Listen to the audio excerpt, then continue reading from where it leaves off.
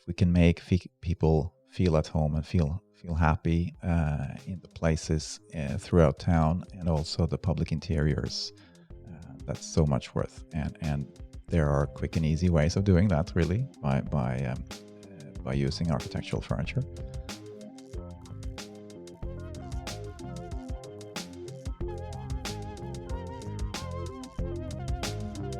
Thank you so much for listening to Urbanistica podcast. I am Mustafa Sharif, an urban planner, and you're more than welcome to join my big journey of exploring the making of smarter and more livable cities. Don't forget to follow Instagram account to see the stories behind the scenes, and also subscribe to the YouTube channel to see the live talks. Let's get in touch on LinkedIn, share your reflections with us, with Urbanistica community. Recommend the podcast to people you think are interested in Urbanistica topics. Are you ready for a new episode? Let's go for it.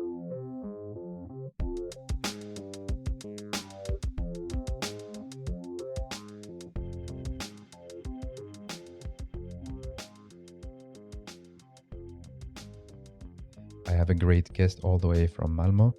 He's here on a visit in Stockholm, and the topic is going to be super interesting.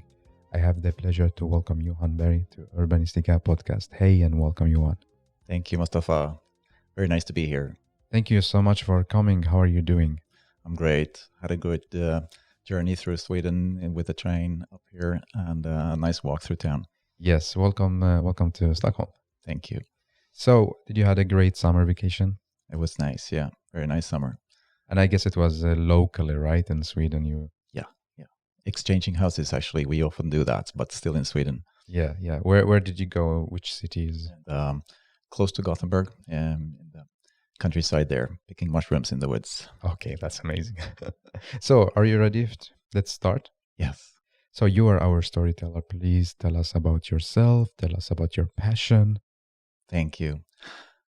Yes, I'm Johan. I started with furniture some 10 years ago. I was shocked, actually, of how smelly the furniture production was once I started producing my own chair locally in Skåne. And I thought, the state of Sweden usually takes care of things, and so also the environment and the environmental concerns around production, but not really. And I decided to make a change. I decided to start a green company and start showing the world how green design can be both beautiful and functional and sustainable. Yeah. I'm a product designer actually, and an engineer. So that's my background. And studying, I had this idea of a chair in one piece, molded wood. And I realized that then back in 2006. And found a way of rolling it out in France first, and it became modern in Paris, more or less, in 2007, and I started producing for real. That's amazing. So when did you have this chair idea? One chair idea? Was it when you were a student? Or? Yes, more or less, and it developed through the years, and I did other things, working with other product designs. But once I started my own company, I thought of realizing this, and once it had taken off, I also thought of, could I do anything else with what I had created? There was a tool involved in this chair, and I got the idea of slicing it up and pulling it out like an accordion, more or less, the chair. And there was a bench that could curve with the landscape inside them, with the buildings. And it took off here in Stockholm first, a few small shopping malls, and then by Stockholm Central Station. So some 9 years ago, we got the job to do the main hall seating in Stockholm Central Station, and developed from that chair to something that was really made for public interiors, that could live with the building, being modular, being reconfigured, being cleaned and maintained in a proper way, and then green. Yeah, sustainably made. Yeah, that's amazing. And also, you mentioned in the beginning that the production was smelly, especially here in Sweden. I'm a bit surprised because what we know, like the common story that okay, everything is sustainable from the first step to the recycling. So you decided to make the change and you started your own company. Yeah. Were you not afraid that okay, you're just alone, a single man band, and in this mega? Well, it wasn't so hot at the time. There was a talking about sustainability, but a lot of sort of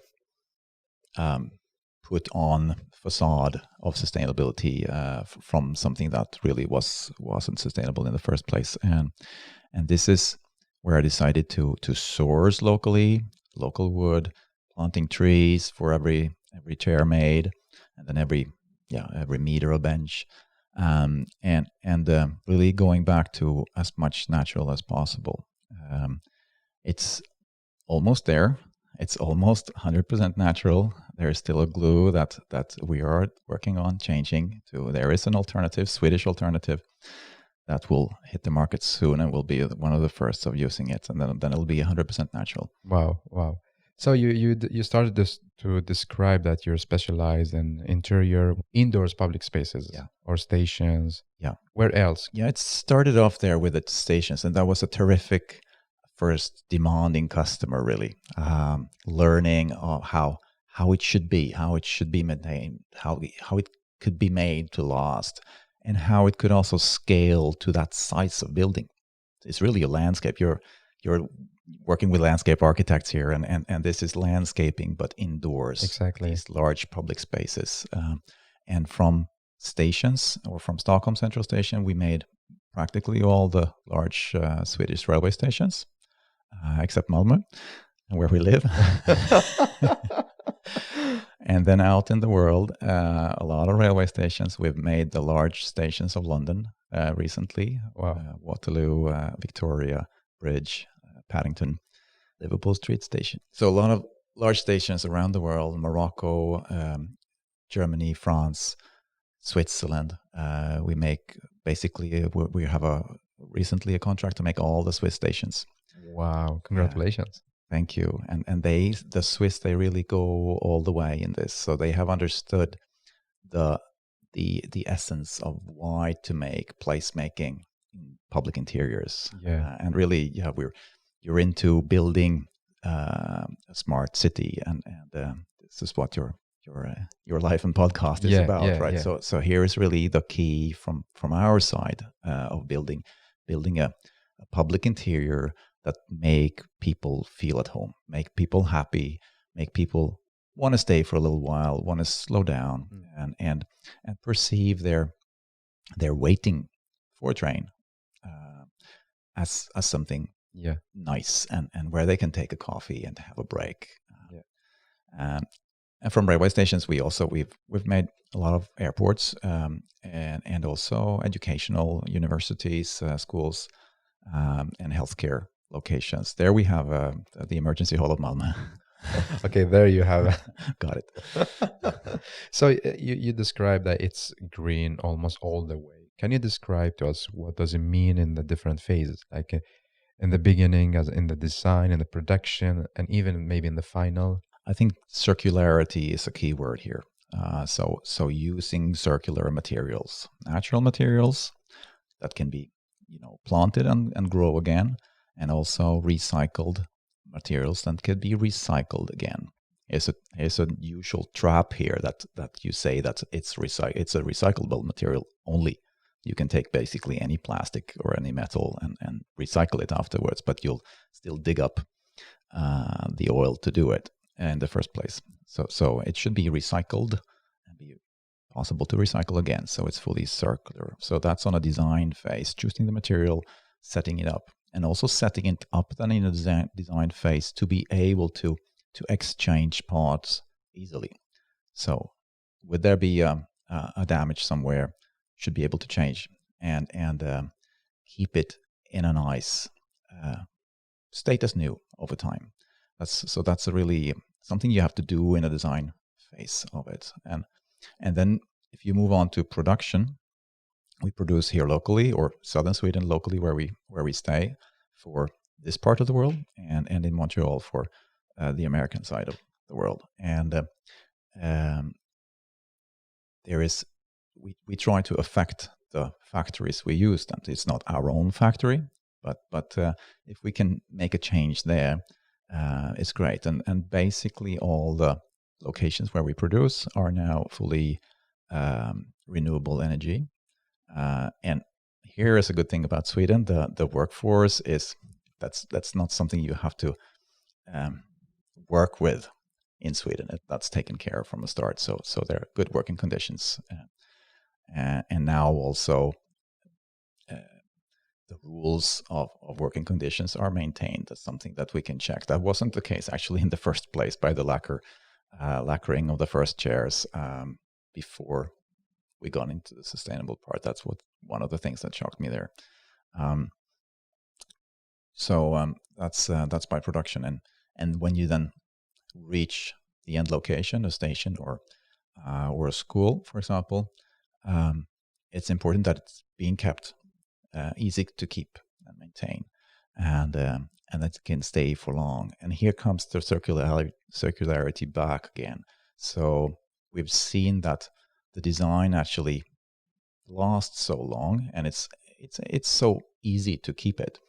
So there is a 15-year warranty time, which is good. But also within that period, we offer, if you don't want it anymore, if there is a shopping mall, for example, they want to refurbish now and then to change their looks, we buy it back. Okay. And we reuse it.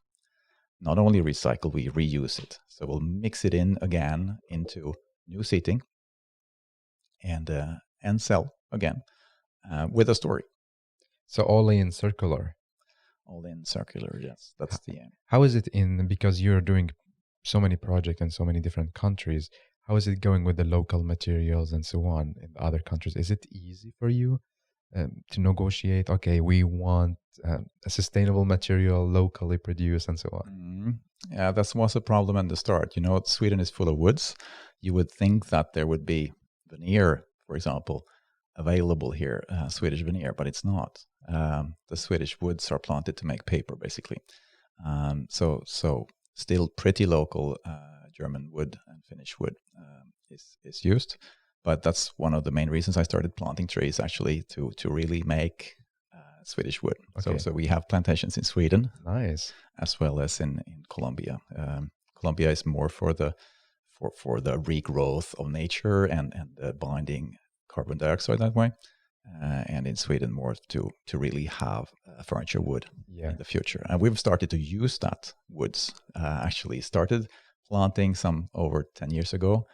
And we actually use that wood again now from our own plantation. So that's so cool. That's nice to be able to. Yeah. And tell me, I'm now super interested. How is it when you get the project, like when you start to think about the site, sketching? Tell me about these details. Every project is individual. Right? They have a soul. And this is really a part of placemaking. So there is a building that has a history, and you can align with those materials, the colors of the woods. There's usually wood somewhere at least, and align with the building. So seeing the flow of a station, where are people coming? Where do they want to go?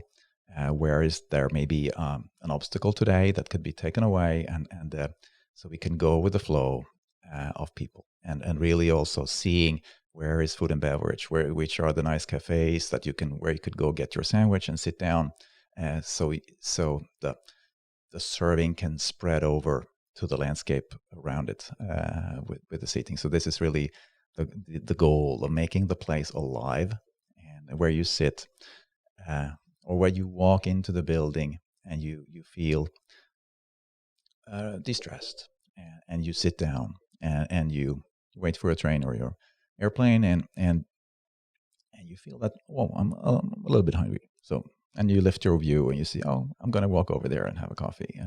And this is also the business for the place, right? So for a railway and an airport, they are mainly becoming shopping malls.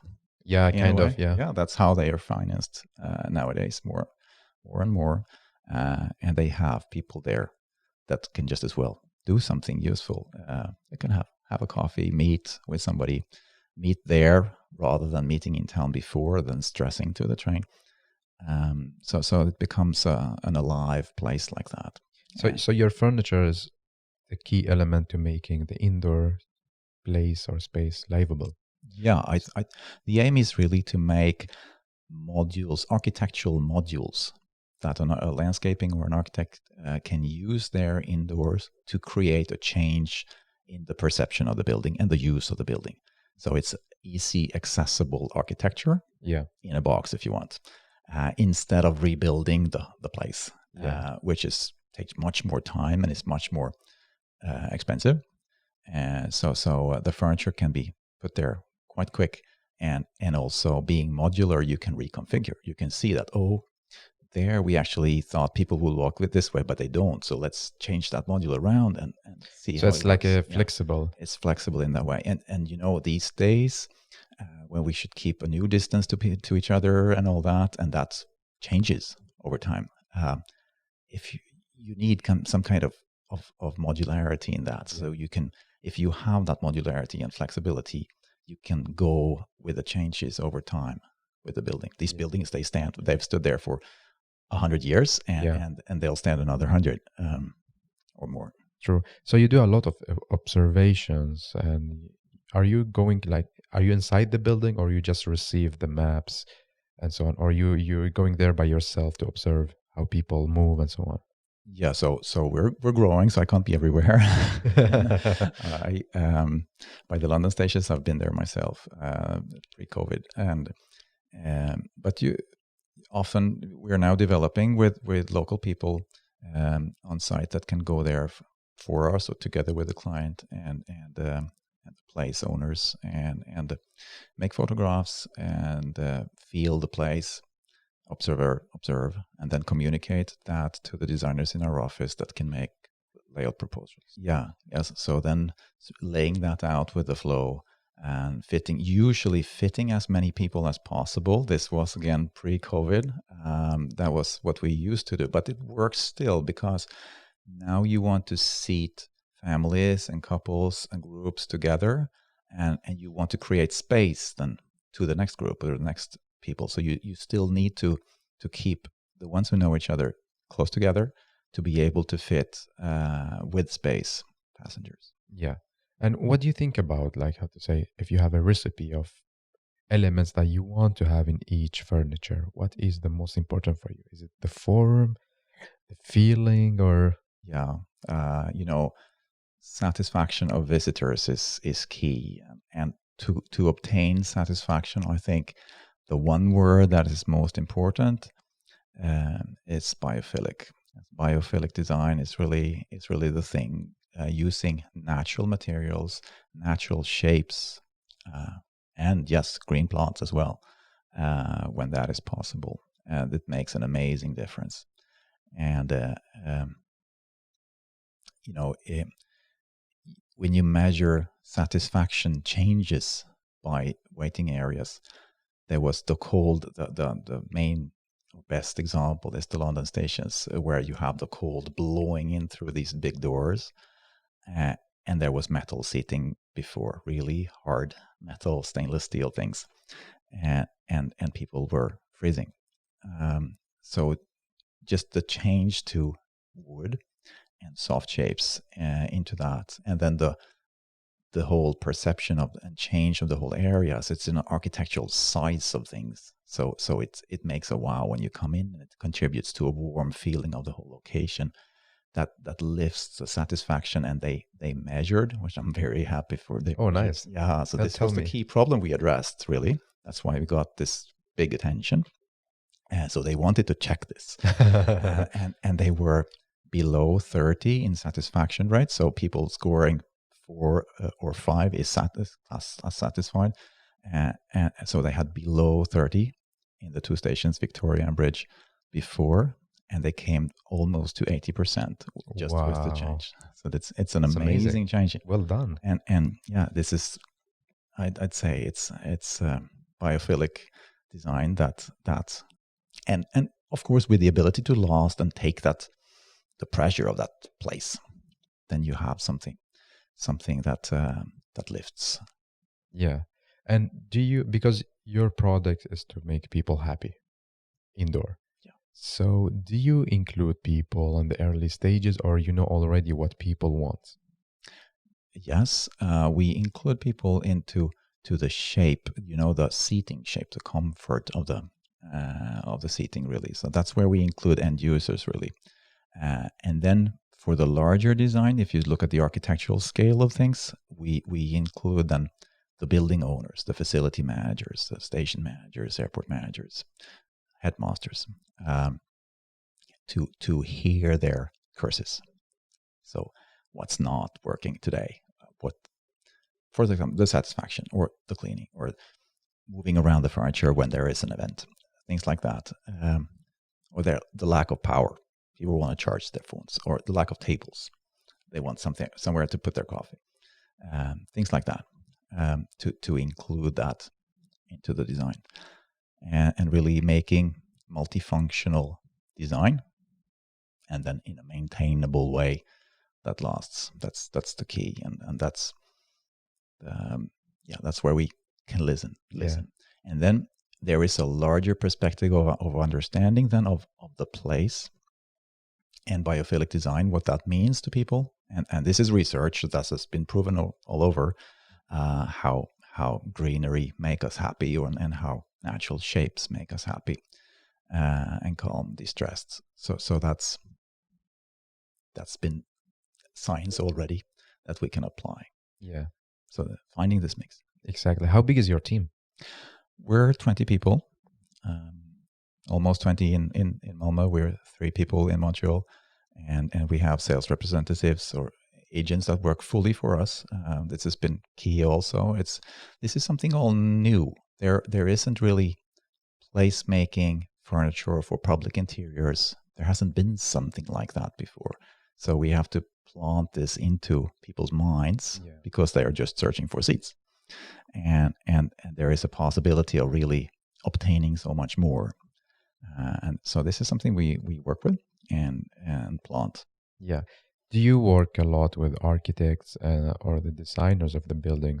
Because yesterday, like, I had a talk with my friend. She's an interior designer, and she told me that nowadays architects taking over the interior designers, let's say, projects. Mm-hmm. So how is it in your projects? Yeah, absolutely. So we help with the use of our furniture and with the expertise of public interiors, seating. As we've done many stations, many places like this. Now I actually find that's often the super expert architect firms. Even them, they are so broad, they make the whole building. But we're so focused on to the seating and the area, so we can actually add something even to the world leading architect firms, and that's nice. So we try and help out there, and support the architects with sketches and ideas, so they can draw their ideas, their basic ideas on a piece of paper, and we can elevate that and work with the building and their ideas of the whole place. Yeah. What is your favorite object that you produced?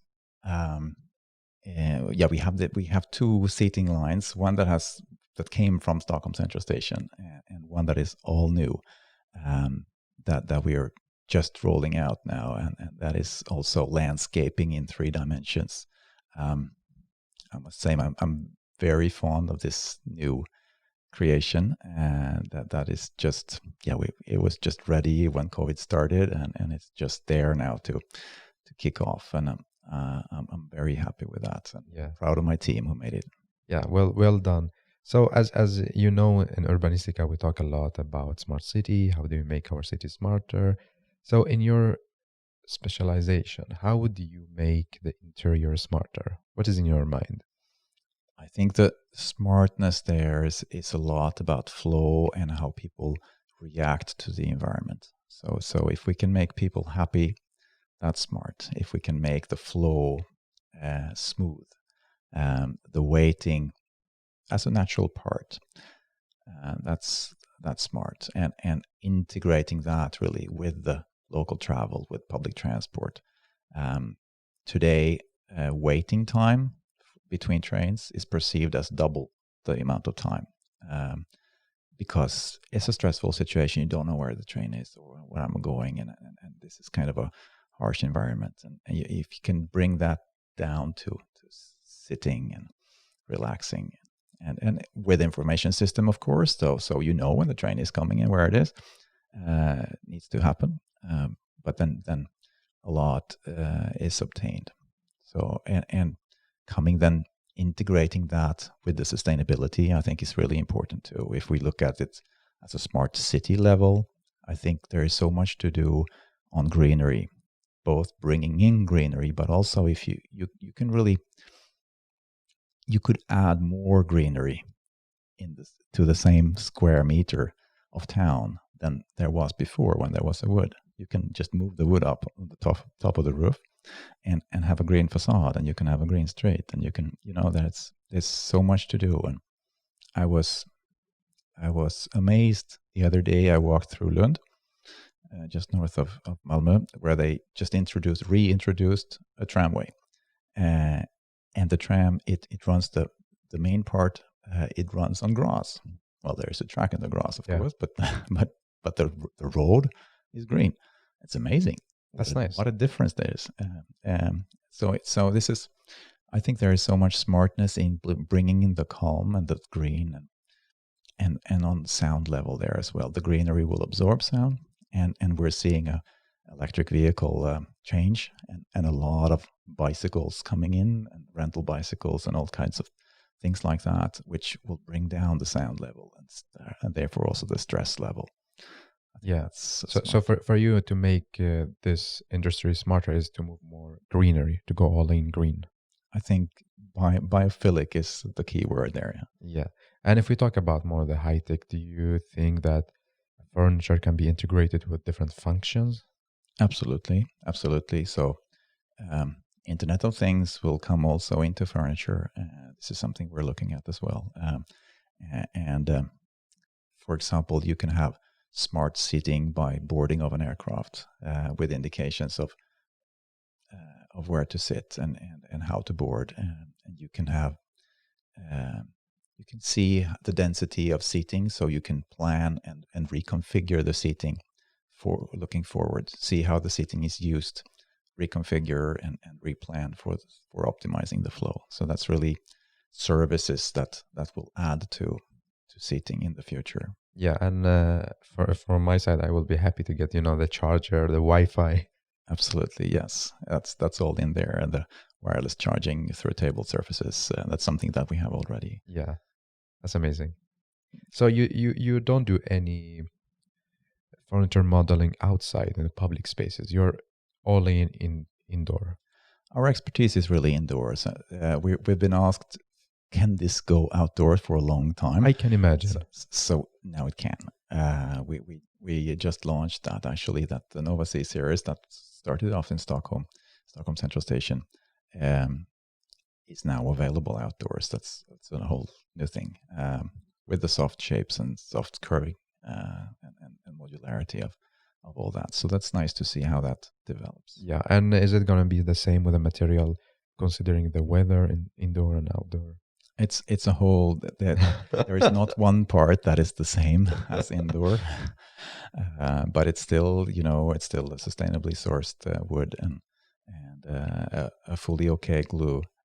Also outdoor. That blocked us for a long time. We couldn't. There wasn't a good enough sustainable glue for outdoors, but now that is actually possible. Yeah, it's short. When you take the train or flying, do you also always analyze the furniture in the airports, railway station? How can I make it better? Of course, yes. Well, if you go back in time and you are able to change one thing related to the business you work with, what will you change? And why? Yeah, I thought a lot about this question. You prepared me for that, which is nice. And if I could change one thing, or if I could bring in something, I would like to lift this making better. I talked about the making more green than there was before. I think we can make it in every or many aspects better than it was before. If our presence and our designs and our architecture can make sustainably better, make people happier, make the place better working, I think that's fully possible. We had a really nice surprise this summer.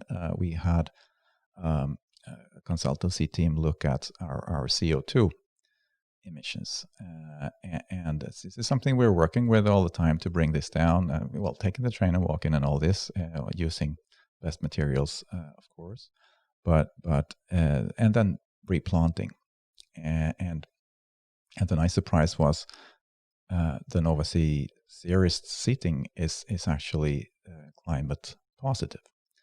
And so that was a really nice surprise, and that evoked a thought within me: could it be even sustainably positive? So, and I think it could. At least when we come to an all natural glue, can it contribute more than it consumes? And I think, well, architecture could, buildings could. You could use natural material. You could go all circular into that, and you could even add more, or add more greenery, add more happiness, add more functionality than there was before. So that this would be my challenge to the world. Really try and make things better. Yeah, but I believe also if you want to change something, and also especially when it comes to sustainability, you're facing a lot of big challenges. Can you share with us what are your, let's say, big or main challenges that you're facing now? Yeah, I'd say that the glue is the biggest challenge, and there seems to come a solution there. So that's really nice. I'll share a really small but so important challenge as well, that I think is very widely spread, that we just learned a year ago, and this is by the screws that we were sourcing through our manufacturer. We discovered that they were, oiled or treated with Teflon to run smoother. And Teflon is one of the worst materials out there. Really, take your Teflon frying pan, put it in a safe place, and don't touch it. Yeah. This is when Teflon is burned after. It's really bad. And all the screws, basically all the screws in the industry, they're treated with Teflon. So there was an awake call. Yeah. And we're trying to spread this message also to, well, all competitors in the industry overall. You don't need this. It's just there because somebody thought it was easier. And we tried it out, and with a strong machine, that's not a problem.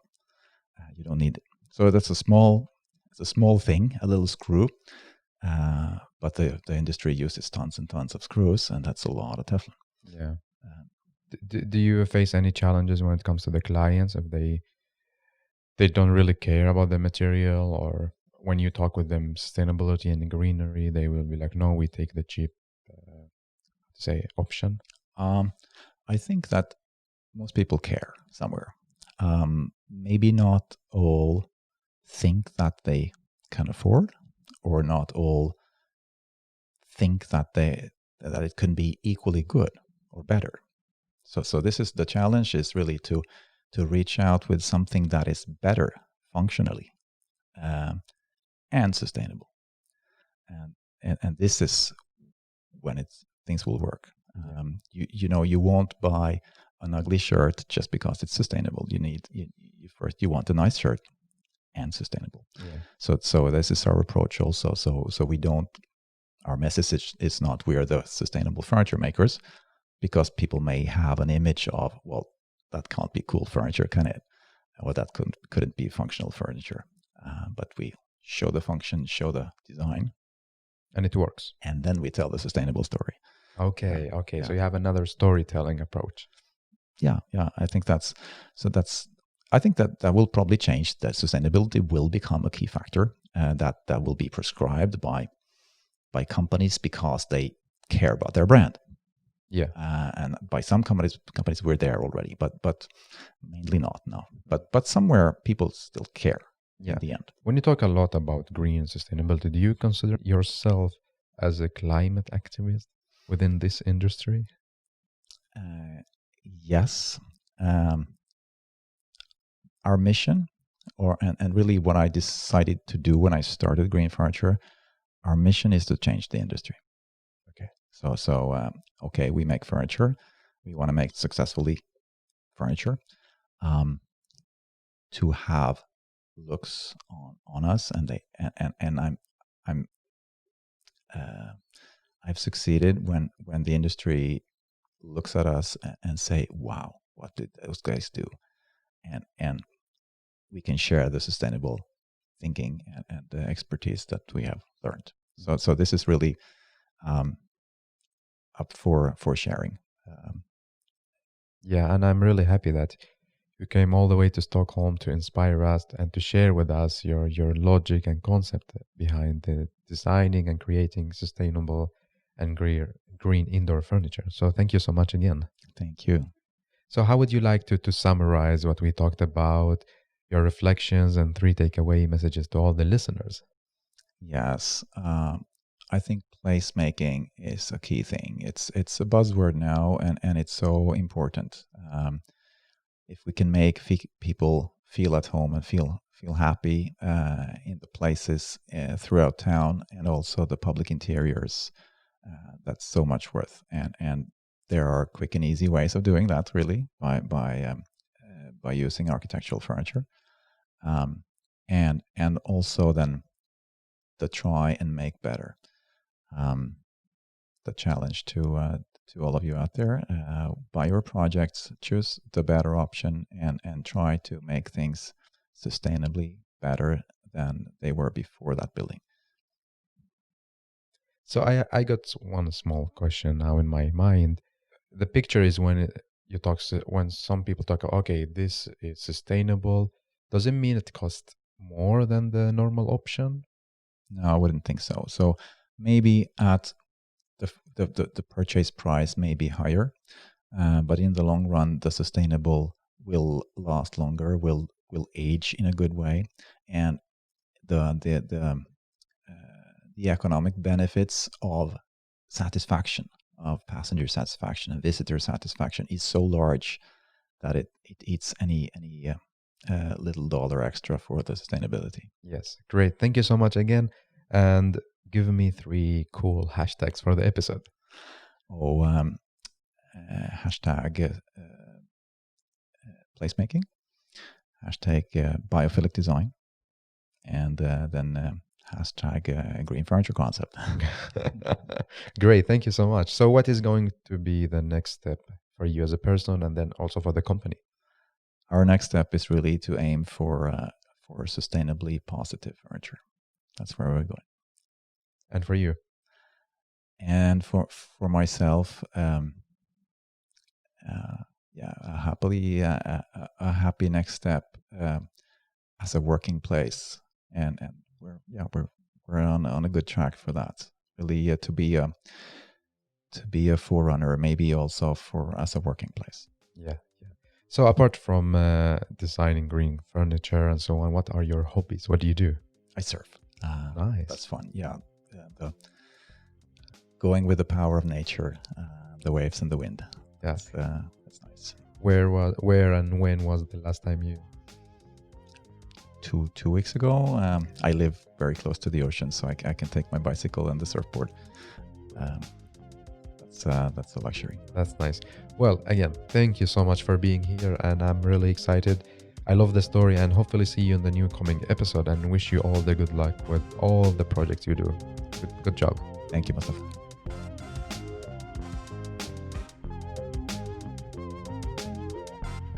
So thank you so much for listening to Urbanistica podcast season number 2. I hope you enjoyed the episode, learned something new, and got inspired by the guest. And also, please don't forget to share the episode with your friends, colleagues, and people you think they are interested in Urbanistica topic. Follow on Instagram account. You will see the stories behind the scenes before and after every episode we record in the podcast. And also don't forget to subscribe the YouTube channel to see the live talks and also to see the vlogs. If you have any feedback or you want to suggest a new topic or nominate a new guest, you can just reach out and write me. You can find me everywhere: Instagram, Twitter, Facebook, LinkedIn, YouTube, and also my email. So feel free to write me and share your thoughts with me. Thank you so much again for listening. I am Mustafa Sharif. Keep up the good work. Keep loving cities.